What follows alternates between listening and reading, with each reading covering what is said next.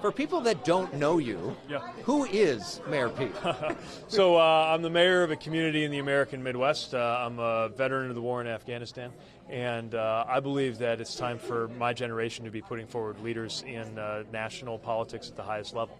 I belong to the generation that experienced school shootings as the norm, the generation that contributed, like me, so many of the troops in the conflicts after 9/11, and I worry that decisions are being made right now in Washington as though they were somebody else's problem, to pick up the pieces on climate change, on tax policy, and we've got to find a better way before it's too late. So you're in West Hollywood as the first openly gay presidential candidate. Yeah. When you look around this room and see how much that means to people here, what does that mean to you? The level of warmth, the level of support is just so inspiring and so motivating. I can feel how many people here care about what we're trying to do. They're excited about the first out elected official to seek this office. And also, I think just about our values and what we're trying to spread across the country, no matter where you come from, no matter your background, your orientation. But it's certainly, even though I've never been here before, feels like home. So there's so many candidates. Why you?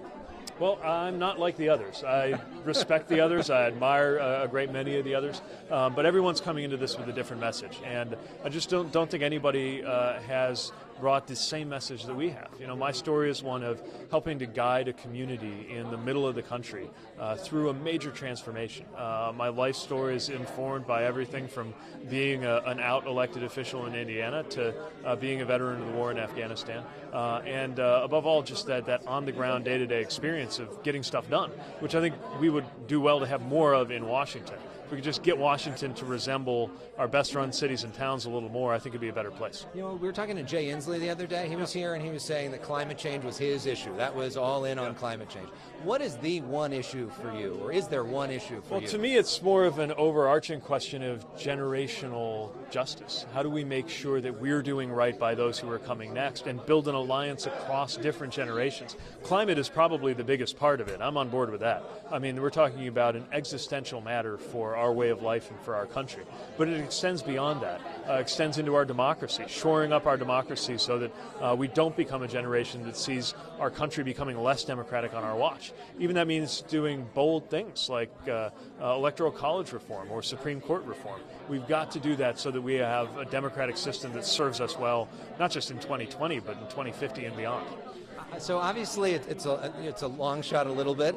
How do you pull this off? How does a millennial mayor, openly gay man, win the presidency? Well, the path is narrow, but I wouldn't be doing this if I didn't see a path. And what we found is when we get in front of people, they respond.